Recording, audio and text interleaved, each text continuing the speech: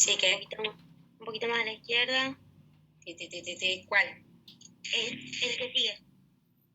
¿Este? No. El que sigue. El que ¿Este? sigue. Al lado del menos, profe, eso. Ah, era más fácil al lado del menos. Perdón. No pasa nada. Pero no pasa nada, chicos, lo aprieto y no se me pone, Ahí está, excelente, gracias. Bueno, chicos, vamos a hablar de insuficiencia ventilatoria nasal.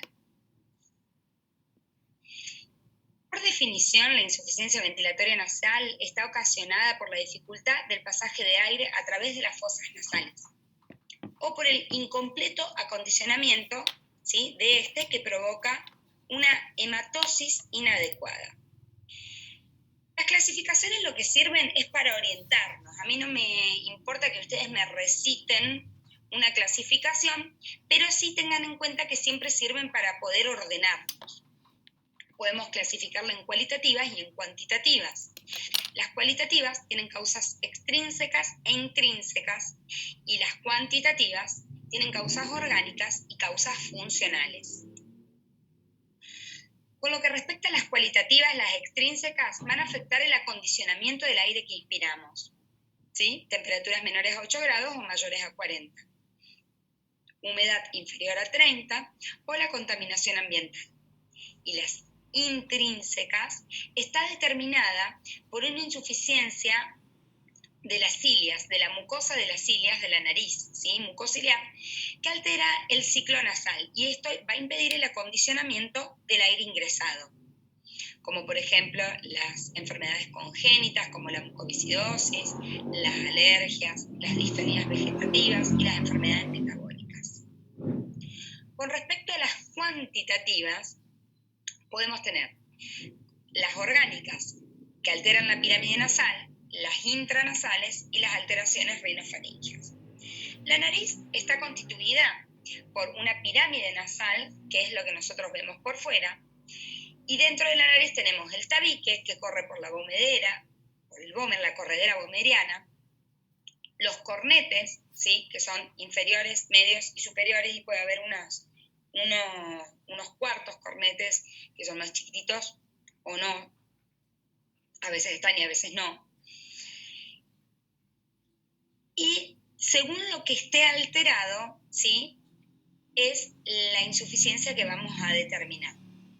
Y las alteraciones rinofaringeas son en el cabum, ¿sí?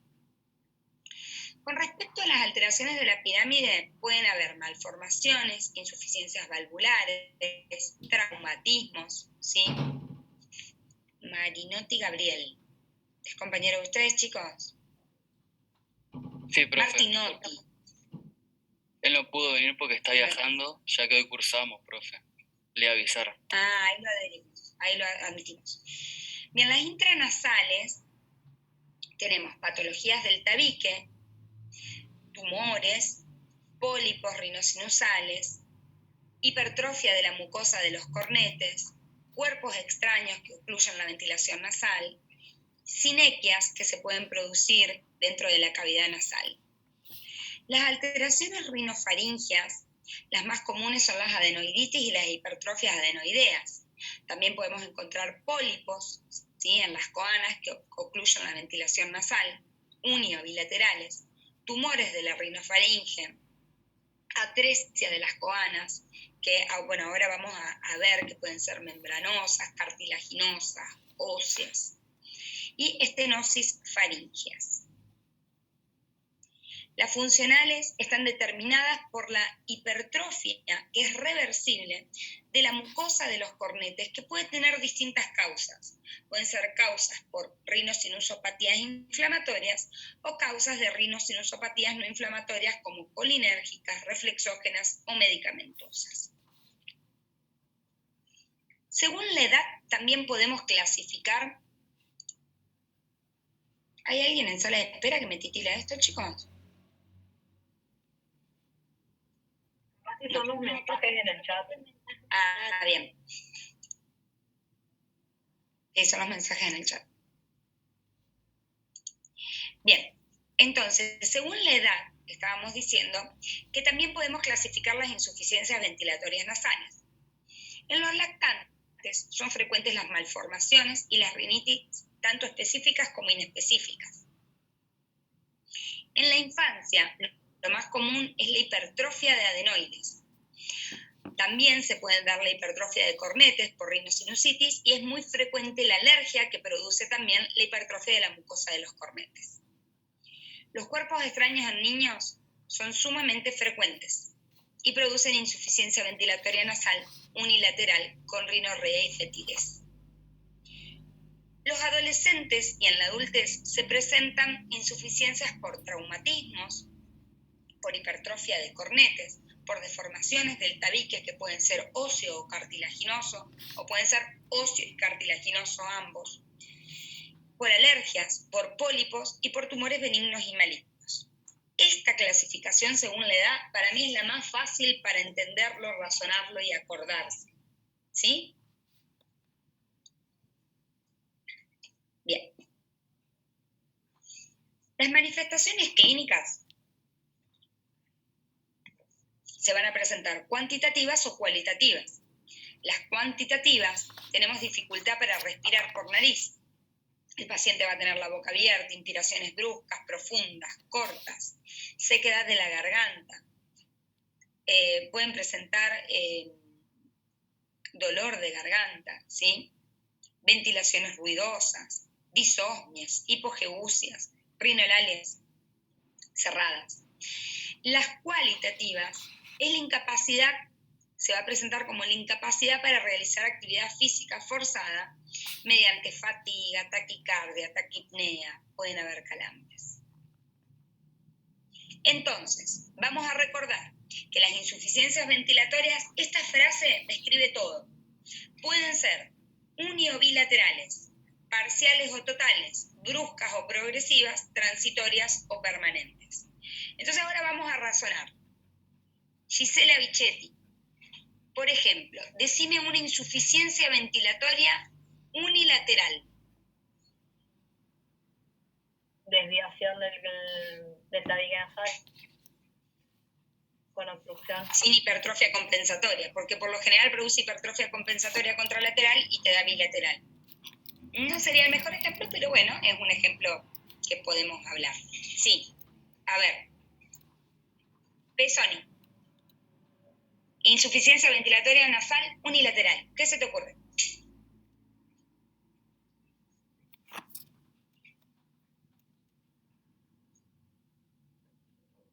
¿Algún tumor? Me gustó. Bien. Micaela Capelletti. ¿Qué se te ocurre unilateral? La presencia de un pólipo. Un pólipo antroconal, por ejemplo. Porque si es una poliposis nasal, En ese caso sería bi. sí, porque completa todas las fosas, puede completar también, puede ser una panpoliposis, puede afectar todos los senos paranasales, puede afectar rinofaringe. Los pólipos pueden ser bastante invasivos. Claro. Bueno, Rispero Valentina, a ver, ¿qué se te ocurre de una insuficiencia ventilatoria nasal brusca? Puede ser un cuerpo extraño, por ejemplo. Sí, Me encantó, Valentina, muy bien. ¿Y en quién dijimos que eran más frecuentes los cuerpos extraños? en los niños generalmente. En los niños. ¿Y cómo dije yo que se presentaban? Por lo general suelen, o sea, cuando van pasando los días aparece fetidez y también mucha rinorrea. Unilateral. Sí, Claro, y toda halitosis también rinorrea. puede aparecer. ¿Cómo? Halitosis también no puede aparecer, habíamos dado en pediatría, por ahí. Sí, pero no, sí. En realidad es la fetidez nasal lo que tiene el niño. Todo niño que vos vengas, que viene caminando, que le chorrea de un solo lado de la nariz un moco verde y que no respira por ese lado, siempre sospecha que no sea un cuerpo extraño. Los niños se ponen en esponjas, bolitas, bolita de paraíso, el arito de la mamá, la plastilina, lo que encuentren en la nariz. Un nene que se pone algo en la nariz, hay que hablarlo mucho porque se va a volver a poner cosas en la nariz, en la boca o en las orejas, ¿sí? Es muy frecuente. Bueno, a ver, me gustó, ¿entendieron el concepto? Bien, chicos.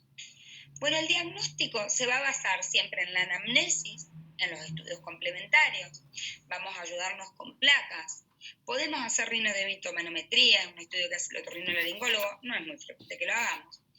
Y nos vamos a ayudar también con imágenes, según lo que queramos buscar. Si queremos buscar un tumor y sospechamos un tumor, vamos a hacer una resonancia. Si sospechamos que es una desviación del tabique nasal porque lo vimos en la rinoscopía o porque hicimos una fibroscopía, vamos a pedir una tomografía, ¿sí? Siempre nosotros los otorrinos nos gusta mucho ver la patología mediante imágenes. Lo primero que hacemos es hacer la rinoscopía. Lo segundo que hacemos habitualmente es pedir la videoendoscopía nasal porque nos da mucha información y de ahí sí pedimos las imágenes, que las placas están un poco ya quedadas en la información que nos pueden dar, pero las tomografías y las resonancias nos brindan muchísima información. Pero las placas se usan, por ejemplo, en los niños, si queremos ver una hipertrofia adenoide, no le vamos a hacer una tomografía ni una resonancia, le pedimos una placa.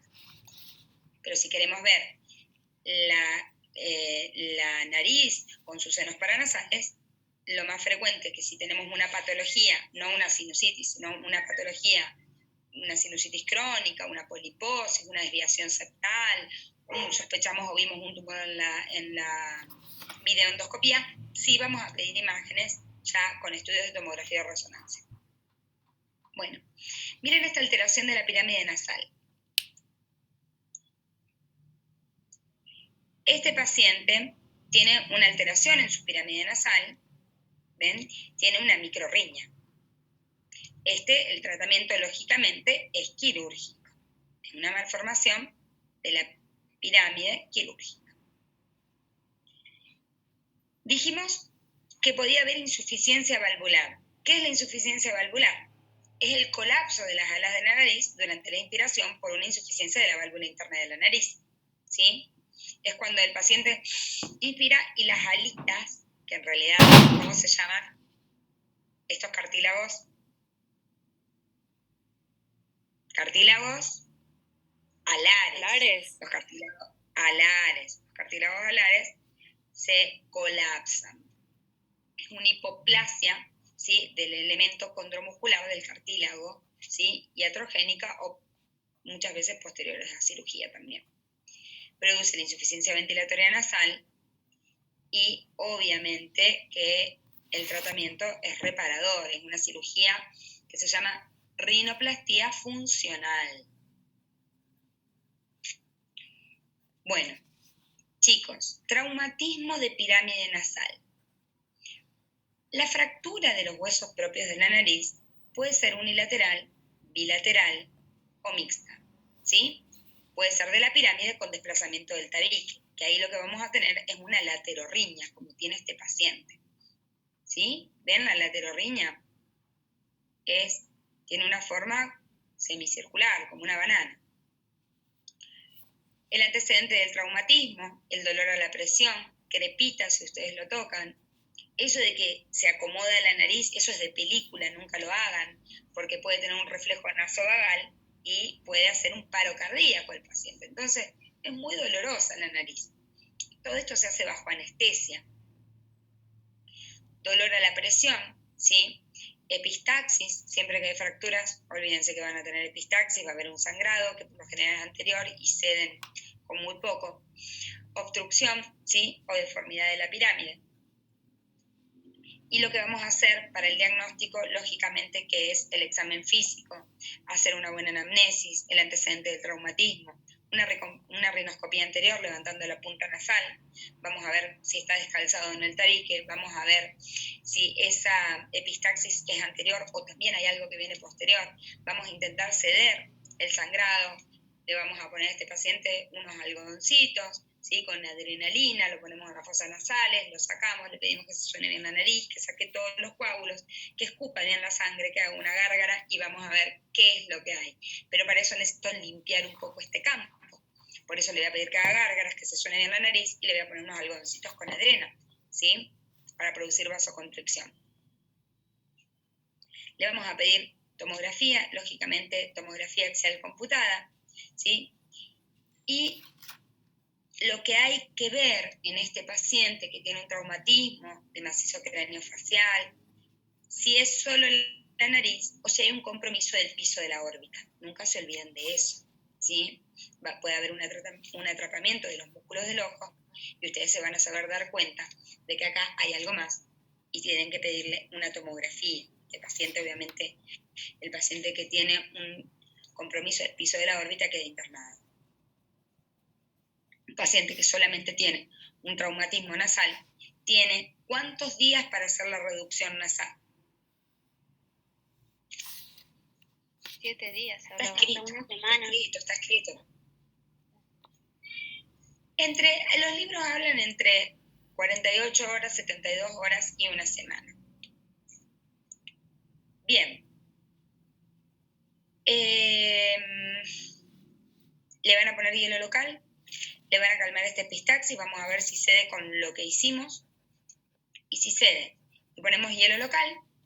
Esto hay que desinflamarlo para que el otorrino pueda hacer una reducción nasal, ¿sí? Que es ese acomodamiento, que eso se hace en quirófano, chicos, ¿sí? Con anestesia, con sedación. Y tenemos 7 días, entonces esto no queda internado, no es una urgencia, le explican al paciente que se tiene que poner hielo, le pueden poner un decadrón para que baje la inflamación, le dan analgesia y lo mandan a la casa y que saque turno con el especialista, ¿sí? Bien.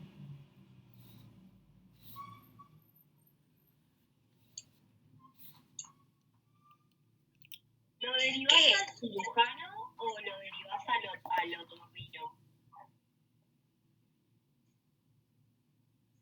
¿Qué materia estoy dando? Otorrino.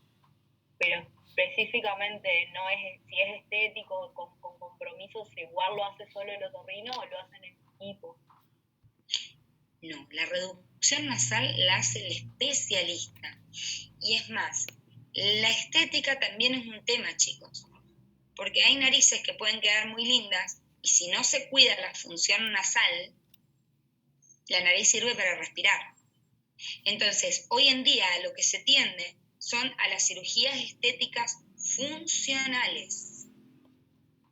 A la cirugía, que en realidad es un tema de abordar bastante difícil, porque el cirujano plástico quiere hacer la cirugía de nariz y el otorrino dice que para hacer la cirugía de nariz tenemos que cuidar la función nasal y la válvula interna para que no se produzca el colapso alar y para que esa nariz tenga un buen ciclo nasal, que quede linda, pero que sea funcional.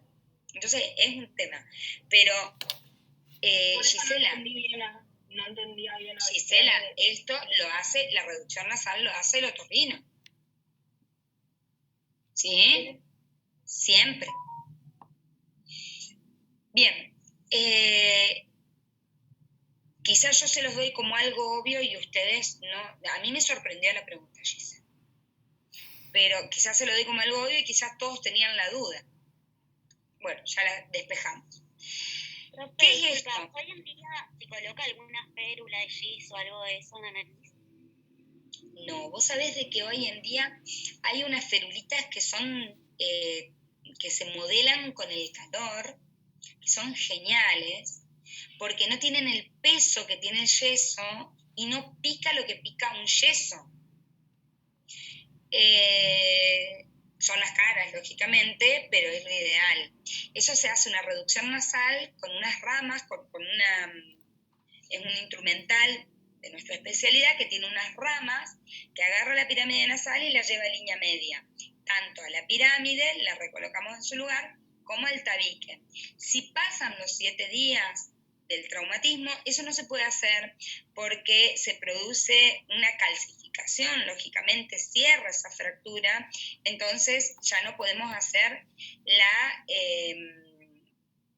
la reubicación de los huesos, hay que volver a fracturar y ahí sí hay que hacer una rhinoseptumplastia funcional, ¿sí? Ahí ya no podemos reacomodar la nariz pasado los 7 días, ¿sí? Y cuando sale del quirófano el paciente, sale con esa ferulita que te cuento. A ver, en el hospital, cuando yo trabajaba en el hospital, lo hacíamos con yeso o con la misma chapita del suero. Pero lo ideal sería usar este material que no pica, no pesa, es mucho más cómodo Hoy en día hay cosas que por ahí en el medio privado no es lo mismo que el medio público. ¿Sí? Bien. Gracias. ¿Cómo? No, gracias. Está. Bien. Bueno, ¿qué es esto, chicos? Esto es un hematoma del tabique. ¿Ven esta imagen? Esto es un hematoma bilateral. Siempre, siempre, siempre que se les recontragrave que hay un traumatismo nasal, ustedes tienen que descartar que no haya un hematoma de tabique. Lo primero que tienen que mirar una vez que se dieron la hemorragia, si es que hay, es que no haya un hematoma de tabique. Si hay un hematoma de tabique, hay que drenarlo, siempre. Si ustedes no lo drenan, el cartílago, ¿qué es un hematoma de tabique? Nosotros tenemos el cartílago septal, que es el cuadrangular de la nariz, que articula con el etmoides, la lámina perpendicular del etmoides por detrás. Bueno, el cartílago septal se nutre por inhibición de la mucosa que va pegada. Si yo tengo un hematoma, ¿sí? Esto está lleno de sangre y no está tocando la mucosa con el cartílago. El cartílago se nutre por inhibición. Si yo no dejo que la mucosa nutra el cartílago por inhibición porque tengo un hematoma, el cartílago se va a necrosar. Se va a hacer una perforación septal. Entonces, es muy importante que ante un traumatismo lo primero que tienen que ver es que no haya un hematoma. Lo tienen que drenar con una aguja, con un intramuscular, levantan punta nasal, ven que hay un hematoma, se drena. Se drena y se deja una mecha en la nariz para que la mucosa contacte con el tabique. ¿Está claro eso? Eso es importante. ¿Por qué? Porque si no el paciente va a tener una perforación septal, ¿sí? Y las perforaciones septales causan insuficiencias ventilatorias nasales. Obviamente que esto ustedes si lo ven, lo hacen por guardia, lo drenan y lo mandan al especialista para que continúe con el tratamiento. Nosotros lo dejamos 72 horas, habitualmente lo sacamos, hacemos un buen taponaje, lo dejamos 72 horas y se termina el problema. Bien. ¿Qué pasa con el... se me fue. ¿Qué pasa con las desviaciones del tabique? El tabique septal, como hablábamos recién, está constituido por una parte ósea, en la parte posterior, que es la lámina perpendicular de etmoides, y una parte cartilaginosa, que es la parte anterior, que es el cartílago cuadrangular de la nariz. Cuando se produce el desarrollo del macizo craneofacial, va creciendo de una forma armónica, pero si esto ante un golpe empieza a crecer en forma disarmónica, por ejemplo, por un traumatismo, como está explicado acá en la filmina, se empiezan a ver deformaciones en la parte posterior del tabique y eso va a generar distintas fuerzas contrarias que lo van a obligar al tabique a desviarse, porque si la parte de atrás se desvía, la parte de adelante indiscutiblemente también lo va a hacer. Y entonces se forman costras y se forman espolones en el tabique, que son lo que no permite que la nariz ventile del lado que está el espolón o que está la desviación. Pero la nariz yo siempre les cuento que es bastante tonta, porque si yo tengo, miren en esta imagen acá,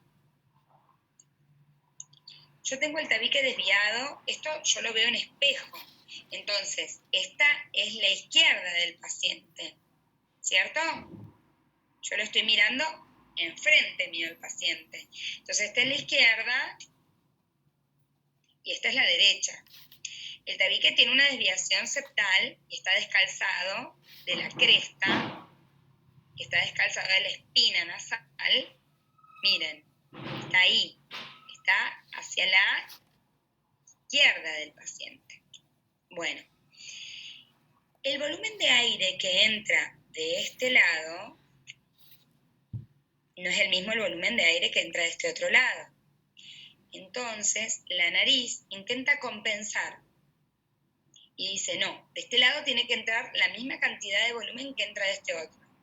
Hipertrofia el cornete, que es lo que yo hoy le contesté a una de las chicas, creo que a Micaela. ¿A Micaela fue? No me acuerdo. Bueno, Te dejé para que contestes, Mica, por eso hice un Ah, espacio. no, de la desviación creo que fue Giselle. Ah, Gisela, sí, Gisela. Sí, que cuando dimos los ejemplos que yo te dije, hay una hipertrofia contralateral. Y mira, acá tenés la explicación. La explicación es esta.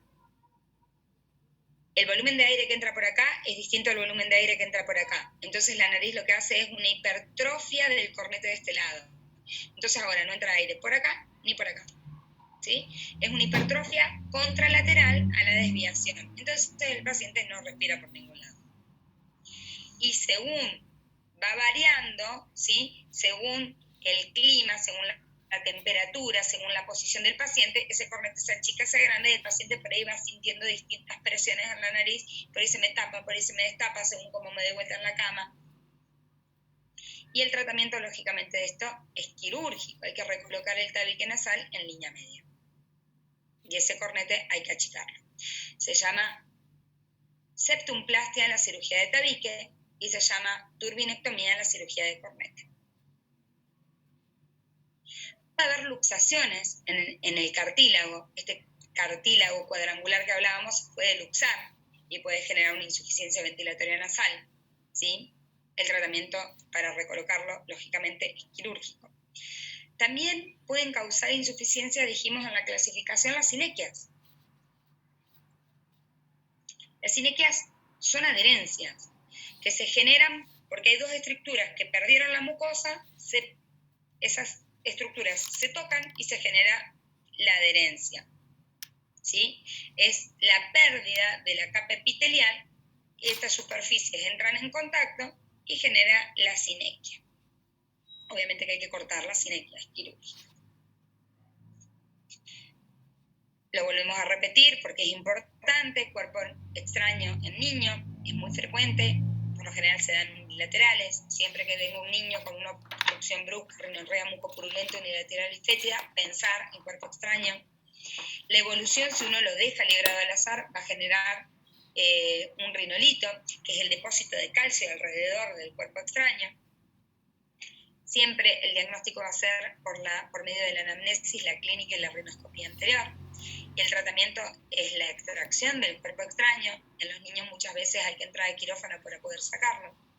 La urgencia en esto es la pila botón. ¿Sí? La pila botón en el niño sí genera una urgencia, como en cualquier otro lugar del organismo. La pila botón siempre genera una urgencia porque perfora. Las complicaciones van a ser sinusitis homolateral del lado del cuerpo extraño, epistaxis, impétigo, vestibular y periorificial. Lo otro que dijimos era... Una pregunta sobre el cuerpo extraño.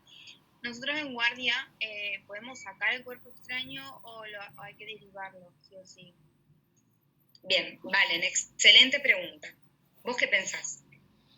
Yo creo, o sea, en realidad lo leí que si se veía, se podía sacar, pero si no, se derivaba, pero como que decía al día siguiente, y mi duda era que si ese cuerpo extraño no puede generar o sea, que se aspire, digamos, y genere, digamos, que baje y genere asfixia. Una broncoaspiración, un problema mayor. Bien. Bueno, a ver, ¿quién le va a contestar a Valentina o Valeria? ¿Cómo sos? Valentina. Valentina, ¿quién le va a contestar? Yo también leí, digamos, como que había que decirle a la mamá que duerma semisentado, pero derivado a un especialista. Y darle antibióticos. Vale, ¿y vos leíste ese cuerpo extraño con qué lo ibas a sacar? Sí, con una pinza PEM, ¿puede ser? ¿Y vos sabés manejar esa pinza? No, ni idea. Bien. Entonces, vamos a producir un daño mayor. Claro, si no lo sabemos hacer, que no lo hagamos. Muy bien. Ese es el concepto.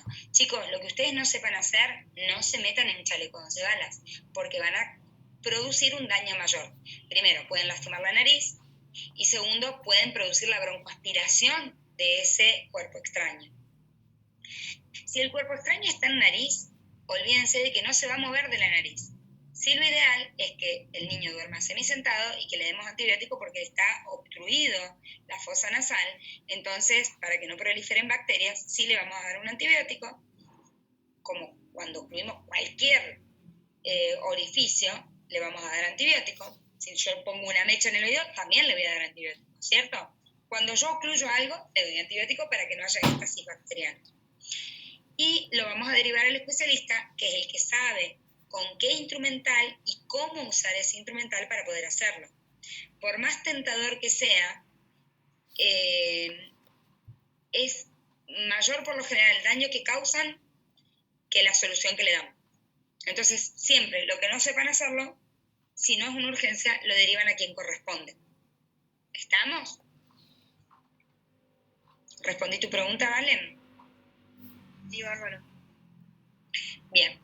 Lo otro frecuente que dijimos que había era la hipertrofia de las vegetaciones adenoideas. Las adenoides empiezan a proliferar cuando somos muy pequeñitos, a los 6 a 9 meses, y terminan de su crecimiento entre los 3 y 5 años de vida. A los 5 años de vida empiezan a involucionar, empiezan a achicarse porque dejan de tener la actividad inmunológica que poseen. Hasta aquí son una gran defensa inmunológica y una puerta, todo lo que es puerta de entrada de vía aérea superior. Las adenoides y el anillo linfático de Waldeyer nos protegen, que son las amígdalas palatinas, las amígdalas de Luschka, que son las adenoides que están en la parte posterior de la rinofaringe, que es el caun, ¿sí? Los cúmulos linfáticos en la parte posterior de la faringe. Todo esto genera una actividad inmunológica. Pero entre los 4 y 5 años esto empieza a declinar y tenemos otros centros de actividad inmunológica mucho más importantes y esto deja de tener actividad. Por lo tanto, no nos sirven para nada, y si hay biofilm y bacterias que están asentando en las adenoides o hay casium, hay acúmulos de bacterias en las amígdalas, hay que sacarlas. La clínica que va a presentar el paciente es de una insuficiencia ventilatoria nasal, bilateral y permanente, cuando hay una obstrucción del caum, ¿sí? Por una hipertrofia adenoidea. Son niños que se mueven toda la noche, que roncan, que hacen apneas del sueño. Va a afectar en su crecimiento, va a afectar en su descanso, por lo tanto va a afectar en el rendimiento escolar del niño. Entonces, no es una patología menor para el niño. Sin duda el niño va a crecer y esas adenoides quedarán como algo, como un resabio, pero nos va a causar un paladar ojival, una mala implantación dentaria, van a terminar usando ortodoncia, mala postura. O sea, no es solo la obstrucción que causa en el caum, sino todo lo que conlleva el niño respirador bucal, con una malformación del crecimiento del macizo craneofacial. Miren, esta es la cara de un niño respirador bucal. Ven el paladar ojival, la mala implantación dentaria, la mala mordida, el mal descanso porque no llegan al sueño REM de noche. Son niños que se mueven toda la noche, que se destapan, que patean toda la noche, que transpiran. Y la mamá te dice, no, siempre fue así, él es normal, así. No, no es normal eso, hay que estudiarlo al niño. ¿Por qué? Es que duerme mal, no llega un sueño REM, no llega al descanso, es hiperactivo durante el día. La maestra siempre se queja de que es un nene que se mueve mucho, de que se porta mal, porque tiene un mal descanso de noche, ¿sí? Y en la actividad física, lógicamente, que también no rinde lo mismo que otro niño que no tiene insuficiencia ventilatoria nasal. Estos niños hay que estudiarlos, hay que derivarlos y hay que hacerle el tratamiento oportuno siempre para que no lleguen a esto. Acá ya estamos tarde. Acá ya estamos tarde. Acá ya estamos tarde. Esto estamos tarde. ¿Sí? Entonces hay que estar atentos y tratar esta patología. La hipertrofia de las adenoides puede ser leve, moderada o severa. El diagnóstico, sin duda, lo primero que vamos a ver es la fase del niño respirador bucal. Si hacemos una fibroscopía vamos a ver una adenoide aumentada de tamaño. Pueden presentarse también con patologías de oído, ¿sí? Pueden presentarse como sinusitis a repetición, como disfunciones de la trompa de Eustaquio que nos alteran la ventilación del oído, y son niños que se presentan con otitis medias agudas a repetición. irritaciones e infecciones del árbol bronquial y trastornos del desarrollo del macizo craneofacial. Se dan cuenta de que no es solo la ventilación bucal. Esto es un niño, es una placa para mostrarles pared posterior de faringe, pared anterior de faringe, y esto de aquí, chicos, es la adenoides. Lo negro, aquí vendría la nariz del niño, lo negro esto es el aire que pasa, cuando tendría que ser desde acá hasta acá. ¿Ven? Miren esta. Esta es la pared posterior de la faringe, esta es la pared anterior de la faringe, y este es el cabum. Miren lo que ocupa la adenoides, casi un 100%. Este niño de noche no respira nada. Y bueno, de día cuando come, hace la bocanada. Entonces son niños que rechazan la carne muchas veces porque no quieren masticar, porque por el trabajo que les da masticar la carne y respirar al mismo tiempo. ¿Vieron cuando están resfriados? Esa es la sensación. ¿Quieren comer un asado cuando están resfriados? No. Quieren comer algo que pase rapidito porque tienen la nariz tapada. Eso le pasa a estos chicos. O son gordos porque comen a borbotones para poder pegar la bocanada de aire atrás. Y no tragan, no mastican. O son flacos porque deciden no comer porque se dan cuenta que se atragantan. Tenemos los dos extremos. Esto es una fibroscopía con una hipertrofia de adenoides. Acá tenemos esta es la adenoides con su mamelón central y tiene dos mamelones hacia los costados. Esta es la entrada de la trompa de Eustaquio, ¿sí? Hacia ahí. Si me voy para allá, me voy hacia el oído. Y este es el rodete tubario. Tenemos que hacer diagnósticos diferenciales con atresia de Coanas, cuerpos extraños, tumores, lógicamente rinosinusitis, alergias y meningoencefaloceles.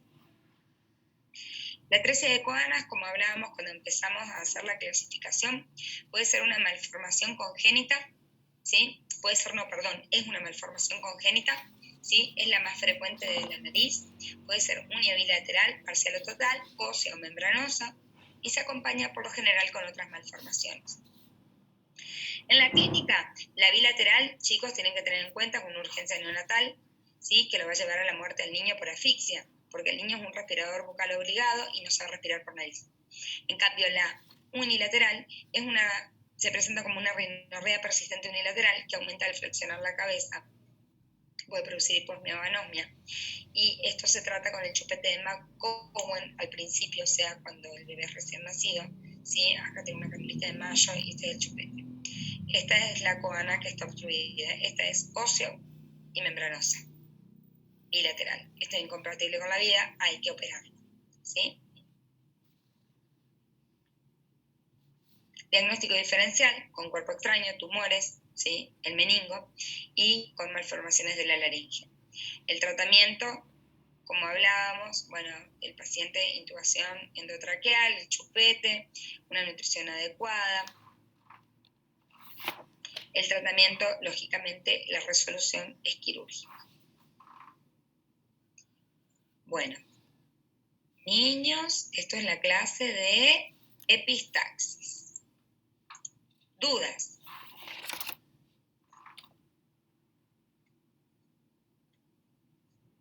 Pero qué estudiosos, nadie tiene duda.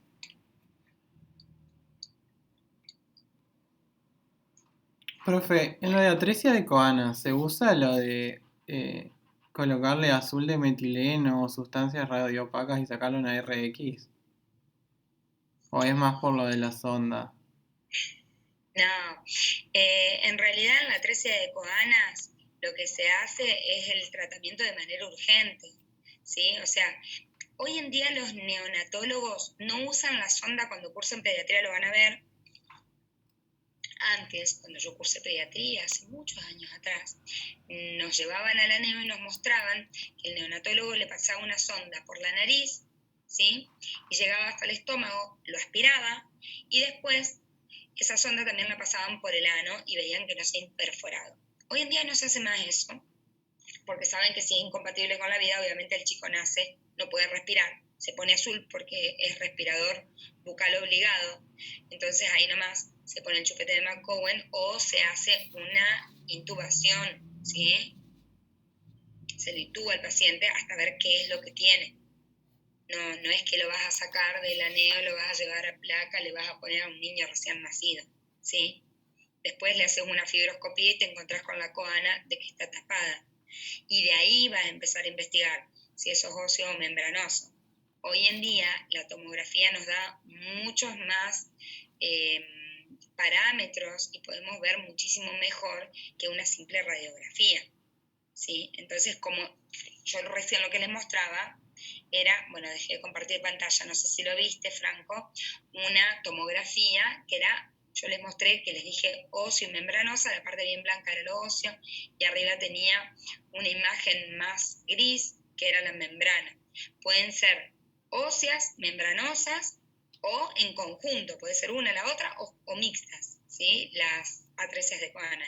Si es bilateral, obviamente que enseguida lo intuban al paciente porque nace azul, no respira. No sé si respondo tu pregunta. ¿Sí, Franco? Sí, gracias. Bien. Bueno, ¿alguien más que tenga preguntas sobre insuficiencia ventilatoria? Entonces vamos a pasar. Perdón.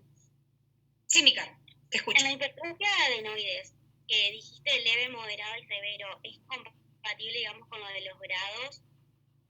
Sí. Leve es grado 1, es 1/3 de la oclusión de la rinofaringe. Moderado es un grado 2, es aproximadamente un 60%, ¿sí? Son 2/3 de la faringe. Y 3/3, el grado 3, es un 100% de la oclusión del cagum de la rinofaringe. Son 3 grados. Grado 1, 2 y 3. Ocupa 1/3, 2/3 o el total. ¿Es grado 3? ¿Cómo? ¿Es quirúrgico o siempre es quirúrgico?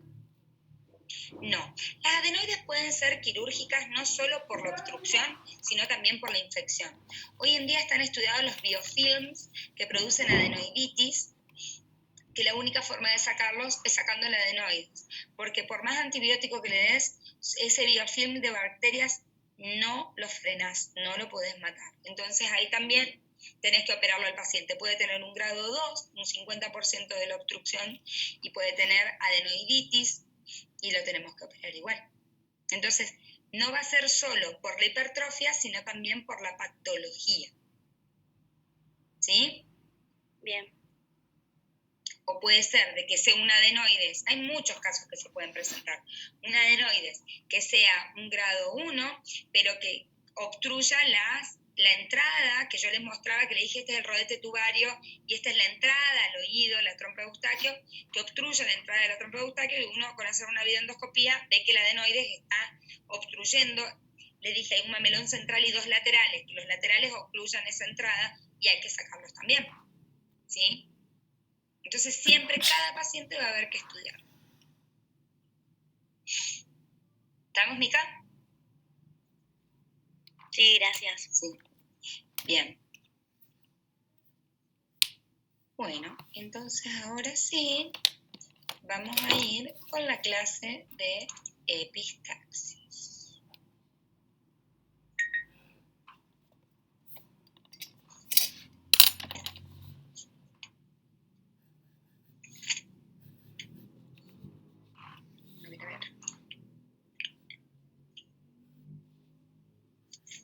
A ver si aprendí cómo se hacía.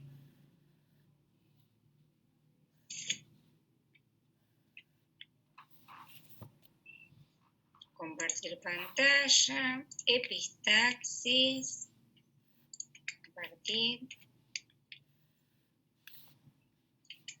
y el cuadradito al lado del menos.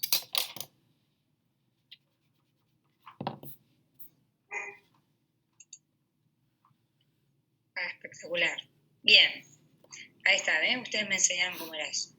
Bueno, chicos, vamos con epistaxis. ¿Qué es la epistaxis? Es el sangrado de nariz, fosas nasales, ¿y de qué más? Y de los senos paranasales puede venir el sangrado. No solo la nariz. La nariz es un complejo que está formada de esto más los senos paranasales, frontales, maxilares, etmoidales y efenoidales, ¿sí? Cualquiera de todos estos lugares que sangre es una epistaxis. ¿Sí? En un examen, un alumno, una vez le pregunté, ¿qué es una? Es una pregunta que a mí me encanta, para que la tengan en cuenta. Le pregunté, ¿qué es una epistaxis? Y me dijo, es el sangrado del estómago. Imagínense mi cara. Se terminó el examen, lógicamente. ¿Cómo me va a decir el estómago? Que me diga del oído si soy otorrino, que no me diga del estómago. Del estómago me dijo. Bueno, no digan eso. Entonces, concepto que quede claro, proveniente de fosas nasales o de los senos paranasales.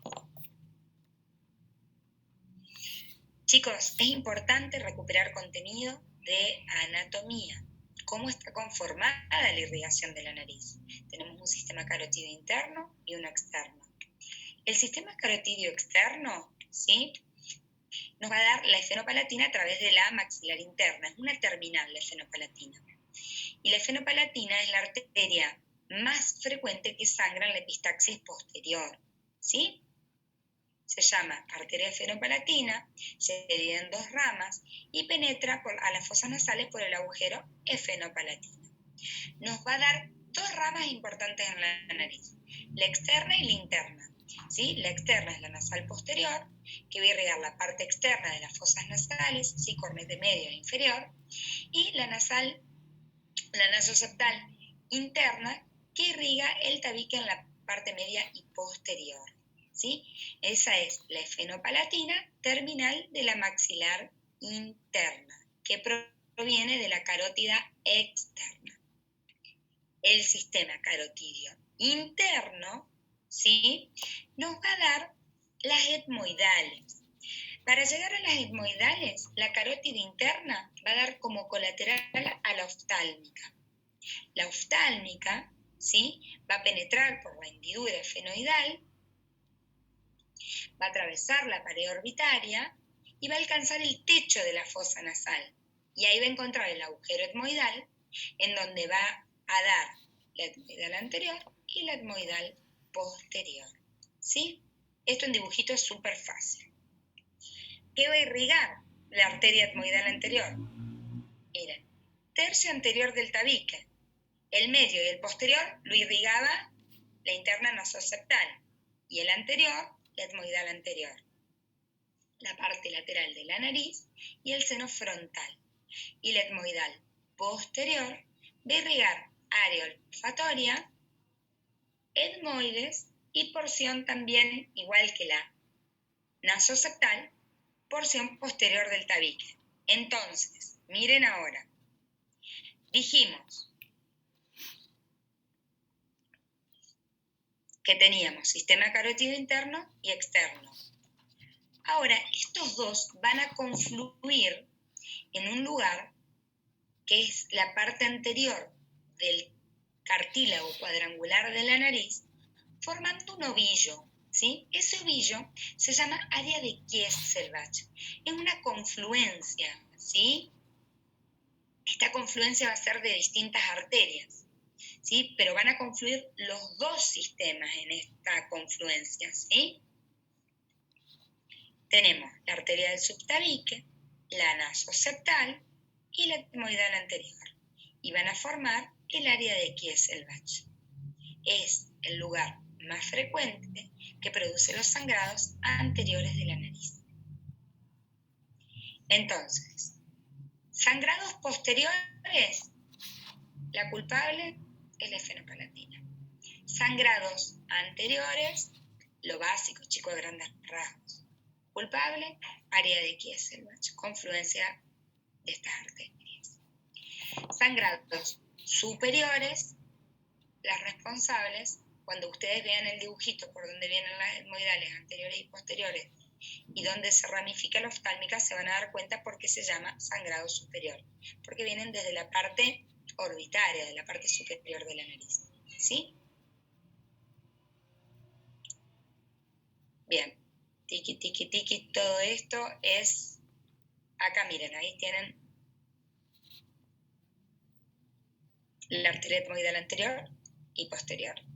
Esta es el área de Kieselbach, ¿sí? Y aquí es la rama de la esfenopalatina. Todo eso es contenido que tienen que recuperar. Como hablábamos hoy, las clasificaciones nos sirven para orientarnos. Según la etiología, puede ser local o general, según la localización, según la frecuencia y según la repercusión general. Los desencadenantes pueden ser traumáticos, inflamatorios, por cuerpo extraño, por vasodilatación, por tumores, por úlceras, por epistaxis, ¿sí? O por enfermedades específicas como estas que les nombro acá, ¿sí? Micosis, lepras, sífilis, paracoccidoides de la micosis y histoplasmosis, más específicas. Bien.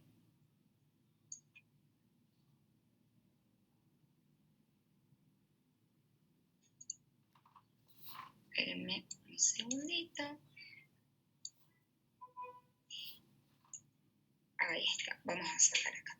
Los desencadenantes generales, ¿sí? Son afecciones, ¿sí? Son estas afecciones que modifican las estructuras normales de la mucosa nasal y de los vasos, ¿sí? O de factores de coagulación, ¿sí? Es más frecuente en adultos y en ancianos, como por ejemplo enfermedades febriles,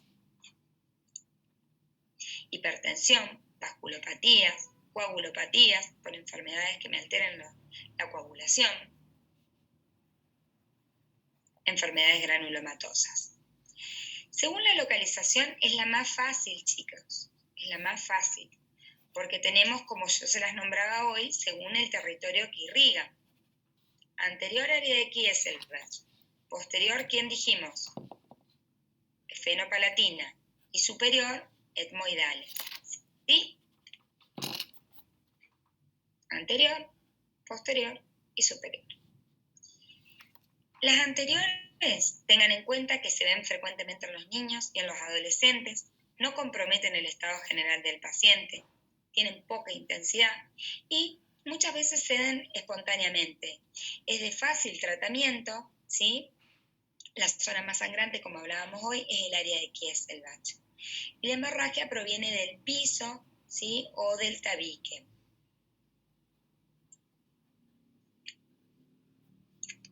Rara vez de los cornetes. Las epistaxis, me molesta este cartelito, chicos. ¿Cómo lo puedo sacar? ¿Ustedes lo ven el cartelito este? No, profe. No, profe. Bueno, no les molesta. Las imágenes muestran, se puede correr. ¿Pero ustedes no lo ven ahí si lo pongo en el medio? No, nosotros no vemos No, nada. profe. Bueno, no les molesta. Bueno, la epistaxis posterior. Miren, chicos, esta es una imagen de una sonda.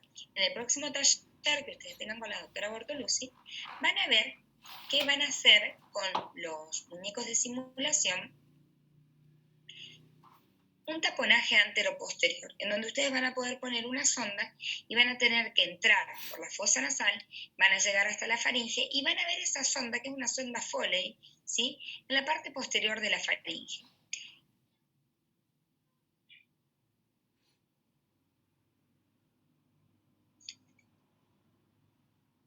Esperen que... Ahí está. La epistaxis posterior es la salida de sangre, ¿sí? Que se produce a través de una o ambas fosas con abundantes coágulos que van a colgar por la rinofaringe y se van a eliminar por la boca. Es un cuadro realmente horrible, ¿sí? El paciente viene mal, ansioso, angustiado, sangrando, entonces se asustan mucho. Por lo general son pacientes adultos y ancianos, se asustan más. Vienen con una toalla, escupiendo coágulos importantes de sangre por nariz, por boca, se atragantan con la sangre que les cae por la parte posterior de la garganta y realmente es un cuadro bastante feo. Tienen que el paciente llegar, ponen una vía, intentan ver de dónde viene el sangrado. Siempre ante la epistaxis tenemos que tranquilizar. Chicos, elementos de bioseguridad, tienen que usar bata, botas, cofia, antiparras y barbijo, porque el paciente los va a escupir, va a vomitar, va a largar sangre, o sea, es un cuadro que es horrible de manejar. Ante este cuadro, ustedes lo que tienen que lograr con el paciente es que confíen en ustedes, que se quede tranquilo, que ya está con el médico, que van a parar el sangrado y que van a hacer un taponaje. Esto puede comprometer la vida del paciente, entonces cuando llega el paciente lo primero que hacen es recabar todos los datos que pueden de anamnesis y poner una vía mientras le hacen sonar la nariz, escupir todos los coágulos, poner unos taponcitos con adrena para ver si pueden ir cediendo y ver de dónde viene la hemorragia, si es anterior, si es posterior. Abre la boca el paciente, si ven que corre sangre por atrás fresca por rinofaringe, es posterior y hay que hacer un taponaje anteroposterior. Y después vamos a estudiar cuál es la causa, lo vamos a hacer junto con los clínicos, lógicamente, porque esto puede tener un origen que compromete también al clínico. Son vasos de mayor calibre, por lo tanto, ¿sí? Son cuadros que tenemos que actuar rápidamente. Las epistaxis superiores se van a corresponder a troncos también importantes de las etmoidales, que dijimos que era la anterior y la posterior, ¿sí? Estas etmoidales, ¿sí?, pueden producirnos un gran sangrado. El tratamiento es el mismo, las características son las mismas que la posterior, ¿sí? Puede llevar a la muerte del paciente y la diferencia es que se da con frecuencia en adultos jóvenes. Según la frecuencia dijimos, bueno, esta es otra de las clasificaciones, únicas o recurrentes, ¿sí? No es lo mismo que sea un primer episodio a que se repita varias veces. Según la repercusión, puede ser leve, moderada o grave, ¿sí? Las leves van a ser lógicamente las anteriores, se den espontáneamente, ante el cambio de clima, de temperatura, ante el rascado nasal. Esas son las epistaxis leves que van a ceder fácilmente.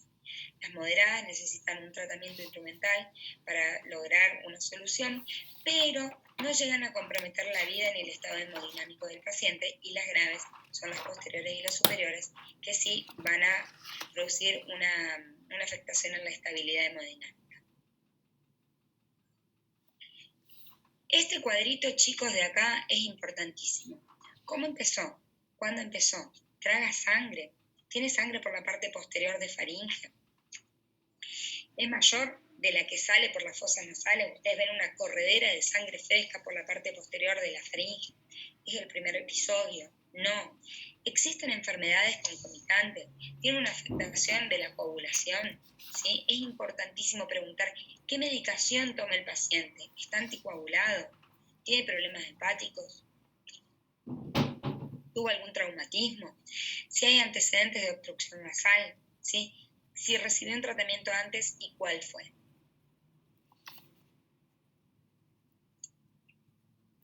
Vamos a observar el paciente, ¿sí? Y vamos a ver qué magnitud tiene esta hemorragia y el estado general del paciente. Vamos a ver si forma coágulos, ¿sí? Vamos a controlar los signos vitales. Vamos a hacer la rinoscopía anterior, que es lo que les decía hace un rato. Vamos a limpiar las fosas nasales, que se suene bien la nariz, ¿sí? Vamos a poner un algodón con lidocaína, con adrenalina. Vamos a esperar, vamos a sacar estos algodones y vamos a ver de dónde proviene la sangre. Miren, área de Kieselbach, sangrado anterior. Con levantar la punta nasal lo veo, ¿se dan cuenta? Este es el cartílago cuadrangular.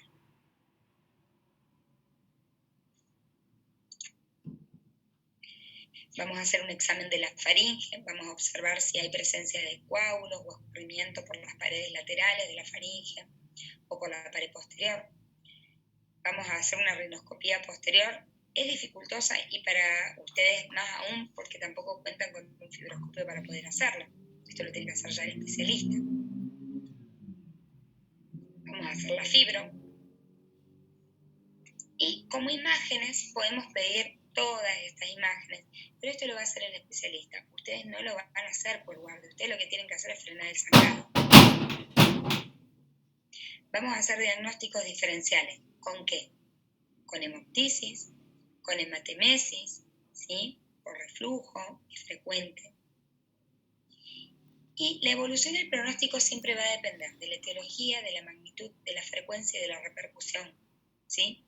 Siempre guardando relación directa con la eficacia del tratamiento. En la anterior, lógicamente, es una hemorragia que, como decíamos, es de una intensidad leve, que se dan espontáneamente, que es más frecuente en los niños, en los adolescentes, que sean por cambios de clima, que sean por rascados nasal o sea por cuerpos extraños. La evolución siempre es favorable y es de buen pronóstico, salvo en patologías, ¿sí? Hemáticas como hemopatías, la enfermedad de Rendu-Osler-Weber, donde la evolución es tórpida y de mal pronóstico, ahí sí. En las posteriores, ahí la cosa cambia, la evolución es rápida y puede llevar en pocas horas a una anemia, a un shock hipovolémico y a la muerte.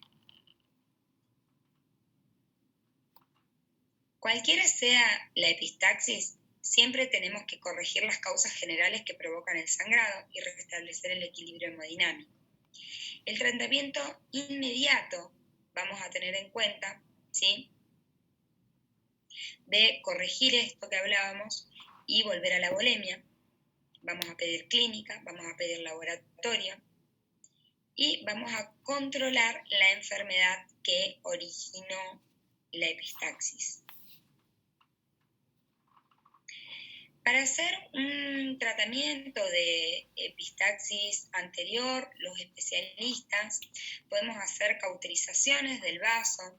Hay distintos tipos de cauterizaciones, lo podemos hacer con sustancias químicas y también lo podemos hacer mediante coagulación con el galvanocauterio, también lo podemos hacer con un láser, o podemos hacer un taponaje anterior, que esto realmente los especialistas lo usamos muy poco. Nosotros vamos a buscar el vaso con la fibroscopía y lo cauterizamos. Ustedes pueden hacer un taponaje con gasa vaselinada, ¿sí?, que eso le van a enseñar en el taller de epistaxis, hacer un taponaje anterior. Este taponaje va a estar 48 a 72 horas. Siempre recuerden que vamos a dar antibióticos porque ocluimos la fosa nasal. Esta es la técnica que después la van a ver con Lisa, ¿sí? Siempre vamos por el piso de la fosa nasal hacia la parte posterior, ¿sí? Hace como, si se dan cuenta, un zigzag hasta llegar al techo, y después de llegar al techo va hacia la narina.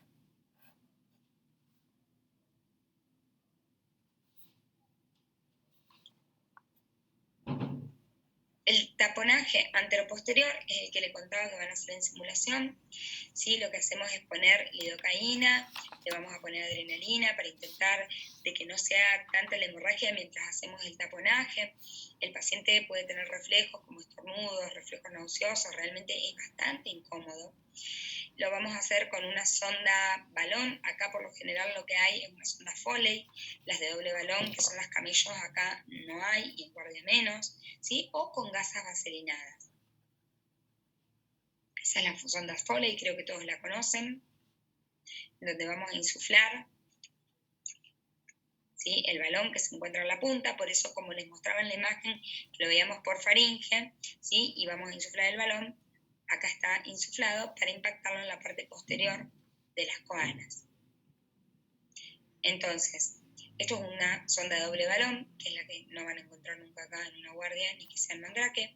Esta es la sonda Foley, impacta en la parte posterior, ¿sí?, de la nariz y genera, por compresión, vamos a generar acá un taponaje anterior con gasa vaselinada, y entonces tenemos ocluido atrás, ocluido la fosa nasal, y generamos por compresión que esa epistaxis ceda hasta que el especialista lo vea, saque todo, busque el vaso y lo cauterice.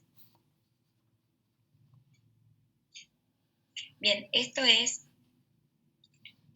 un taponaje anteroposterior, chicos, en donde el médico pone la sonda. Como yo les contaba, la sonda va hasta la parte posterior de la faringe. Cuando yo veo la sonda balón que está, no sé si vieron la imagen, no la encuentro ahora. Había una imagen que yo les mostré, no sé si se acuerdan, que se veía la sonda por la parte posterior de la nariz. Bueno, no la encuentro. Es esta sonda, yo le voy a pedir al paciente que abra la boca, voy a mirar y voy a ver que cuelga por el paladar blando la punta de la sonda nasal, de la sonda Foley. Entonces vamos a insuflar el balón, lo vamos a impactar en la parte posterior y vamos a hacer un taponaje anterior. Miren qué incómodo y qué horrible que es esto.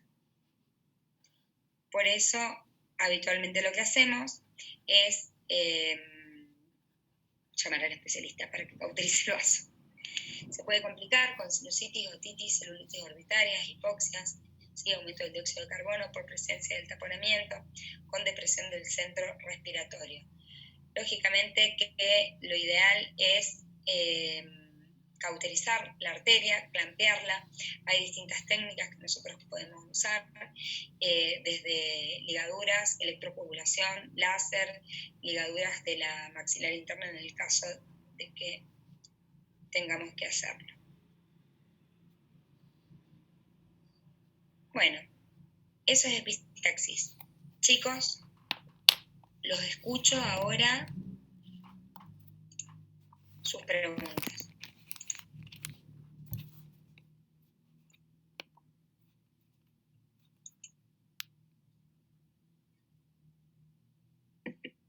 ¿Profe, antibiótico das amoxicilina?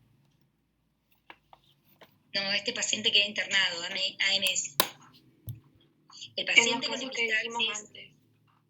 Ay, pensé que me estaba hablando Florencia. ¿Quién me está hablando? No veo, perdón. Pilar.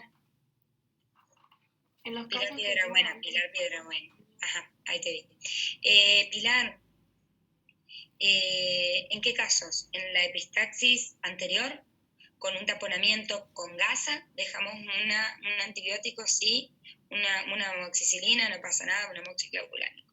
En el anterior, que el paciente se va a su casa, que el paciente viene sangrando y le tenés que hacer el taponaje anterior, ¿sí? Ahora, un paciente que tiene epistaxis recurrentes anteriores, que viene y te consulta, no le vas a hacer un taponaje anterior si no está sangrando en ese momento, ¿sí? Le vas a decir que vaya al especialista para que le ponga un fibroscopio y vea qué es lo que tiene. Y en el paciente que viene con una epistaxis superior o posterior que compromete la vida del paciente, le vas a poner una guía, vas a tomar signos vitales, vas a hacer una buena anamnesis, un buen examen físico, vas a intentar parar la hemorragia y vas a hacer un taponaje antero-posterior, el paciente queda internado, y le vas a poner AMS y vas a pedir una consulta con el clínico y con el especialista. ¿Sí? ¿Se entiende? Sí, gracias, profe. ¿Estamos, Pili? Profe, yo también tengo una pregunta. En la diapo de epistaxis posterior y superior habla de la infiltración con lidocaína. No se hace, Florencia. Que también, No infiltramos. ¿esto se hace o no? No se infiltran. No. Y menos ustedes en una guardia. No lo van a infiltrar. Ustedes lo que van a hacer es que se suene bien la nariz, que saque todos los coágulos, que escupa todos los coágulos, y de ahí van a ponerle unos taponcitos con lido, con adrena, van a sacar esos taponcitos y van a ver de dónde viene el sangrado. Si ven que hay sangre que escurre por la parte posterior y que hay coágulos que caen por la faringe, es una epistaxis posterior o superior de las etmoidales que le está dando un gran débito. Van a hacer un taponaje anteroposterior. No infiltran, chicos, no infiltran. ¿Ah? Profe, ¿y esos sangrados posteriores siempre son así que pongan en peligro la vida o puede ser que no sea tan severo, digamos? Son horribles, son horribles y tienen que frenarlos, sí. ¿Y son frecuentes? ¿Muy frecuentes? Sí. Sí, son frecuentes. Por eso aprovechen la clase de simulación para practicar y poner la sonda. Profe, yo tengo una pregunta también. Con respecto a las causas de epistaxis, yo había leído como que si la hipertensión arterial era controvertido, como que si algunos decían que sí y otros que no. No sé qué considerar. Si vos le preguntás a un otorrino, Franco, te va a decir que la hipertensión arterial te puede llevar a una epistaxis. Y si vos le preguntas a un clínico, te va a decir que la hipertensión arterial nunca te va a llevar a una epistaxis. O sea, si vos te metes en ese brete en un examen, estás jodido, no te metas. No es una buena recomendación. Las arterias, cuando aumenta la presión, aumenta la volemia, aumenta la presión, Si hay una debilidad de la arteria, por lógica, se puede romper y puede sangrar. Pero es una discusión que tenemos con los clínicos, si primero el huevo o la gallina. En realidad no importa si primero el huevo o la gallina, lo que importa es frenarle la epistaxis al paciente y buscar la causa. Eso sí, nunca le des un antihipertensivo a un paciente con una epistaxis, porque vos le tomás signo vital, y cuando le tomes los signos vitales, el paciente, en el susto que va a tener de estar sangrando, puede tener un aumento de la presión, puede que se haya olvidado de tomar su pastilla, puede haber comorbilidades en conjunto, pero hay que valorar bien si le damos, ante la pérdida de volemia enzima, un antihipertensivo, porque pensamos que la causa primaria es la presión arterial, ¿sí? Eso sí hay que tener en cuenta, y no hay que darle un hipertensivo porque digan, no, tiene hipertensión arterial, le voy a dar, no. Primero tenemos que tranquilizar al paciente, ceder la hemorragia y después estudiamos la causa. ¿Sí? Listo, gracias. Estamos, pero es una pregunta filosa. ¿Algún otro tiene dudas, chicos?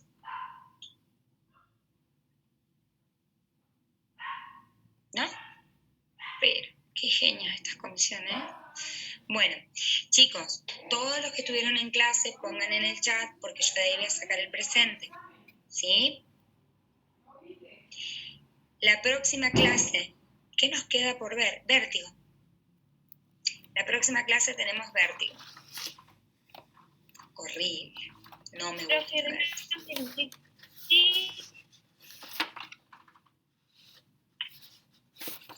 Rinosinusitis es un...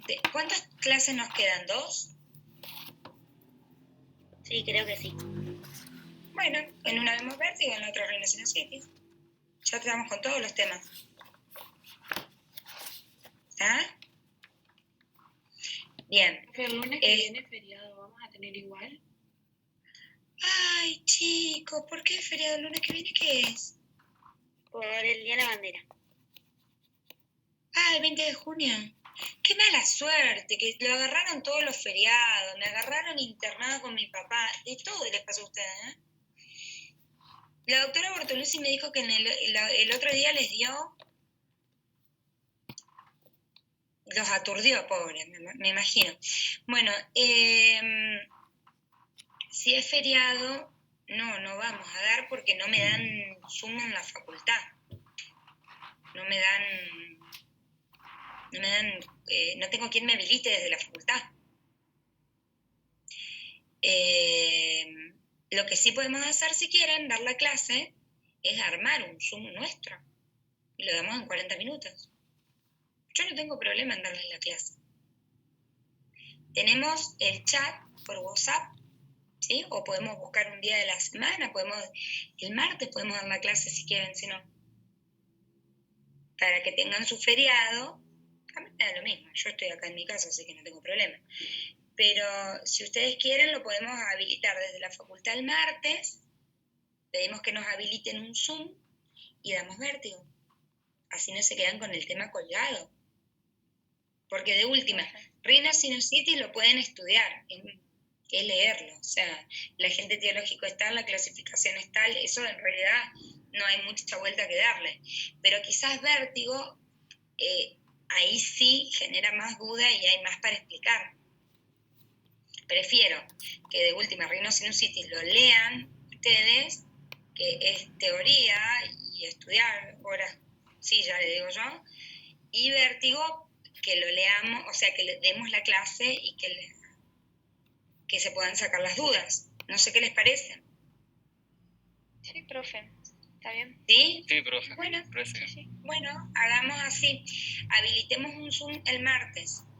Bueno, Si les parece bien, en vez de hacer el lunes a las 6 de la tarde, hacemos el martes a las 6 de la tarde. Yo ahora voy a avisar en la facultad. ok. ¿Sí? Bueno, entonces, menos mal que se dieron cuenta. Entonces nos vemos el martes a las 6 de la tarde. Ahora yo tendría que avisar. ¿Sí? Dale. Dale, profe. Y vemos vértigo. Bueno, chicos,